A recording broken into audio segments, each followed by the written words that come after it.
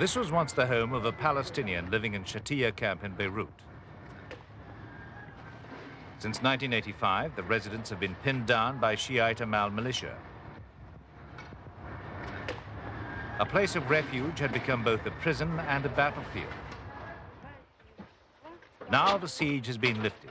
Protected by Syrian troops, the Palestinians are able to emerge from the rubble and try to gather together the remnants of their lives. Ironically, they've benefited from the suffering of their compatriots in the Israeli-occupied territories. In a gesture of solidarity with those Palestinians, Amal has stopped fighting these. But Shatila lies devastated. The years of bombardment flattened 90% of the houses, and it will take years of rebuilding to repair the damage.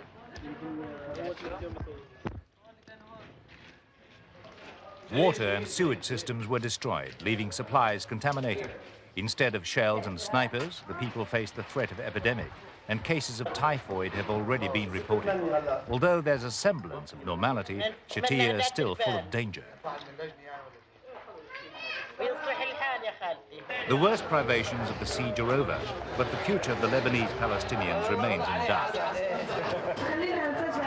Shiite forces claim peace will last, but in such a volatile situation, there can be no certainties for the refugees. Some cannot remember life in Shatila before the war. All have been scarred by the experience. 1,500 are believed to have died in the battle for the camp, but the real casualty may have been the hope of an end to the bitter sectarian violence in the Lebanon.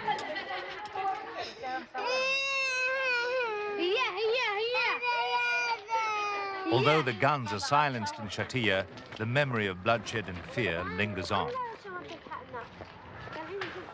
And the same is true in Beirut's other Palestinian refugee settlement, Burj al-Barajni. Amal has withdrawn, the camp is in ruins, and the people dazed by their new and sudden freedom. Years of incarceration and living in constant danger have wounded minds as well as bodies. For many, the siege has not ended with a ceasefire, and their injuries may be harder to treat. Apart from the infectious, contagious diseases that we have to deal with in such physical conditions, there are many psychosomatic problems as well because of the difficult psychological situation of the people facing such a condition of a continuous confinement to a very, very limited space. It would be impossible for the refugees to forget the horror. This pathway was only too recently known as the Death Passage. It was the route the women had to use to bring food into the camp. It lay in the sights of the snipers. The significance of the name was graphically made clear last spring. Shooting them.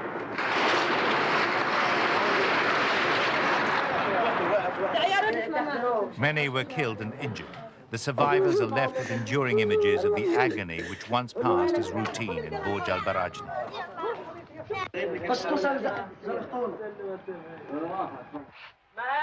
And for 7-year-old Bilal Shahab, the physical as well as the emotional pain continues. Shot during the height of the fighting, he seemed destined to spend the rest of his life paralyzed and immobile. But last year, a British benefactor paid for Bilal and another young victim of the Lebanese conflict to receive specialized treatment in England and was rewarded by their rapid progress. Dr. Pauline Cutting, heroine of the Burj al-Barajni siege, supervised their return home in December. Bilal had learned to walk with assistance and had experienced a true period of convalescence away from the brutalities of Beirut. His welcome was ecstatic, but for Palestinians, Lebanon has become an unfriendly and hostile place, and while Bilal was away, nothing had improved. He now lives sustained by the warmth of his family amid the cold realities of Burj al-Barajni. But the child's bravery and determination are symbolic of the courage of the refugees. Bilal's future and that of the others in the camp could well rest on those qualities. They are characteristics shared by these girls.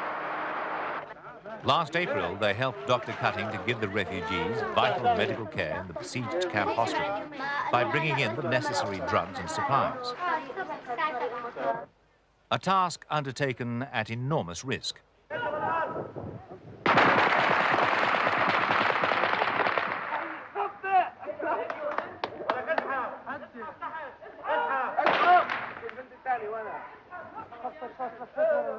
Amal snipers were indiscriminate about the age of their targets. This child collapsed from shock. Others didn't escape and were killed or maimed.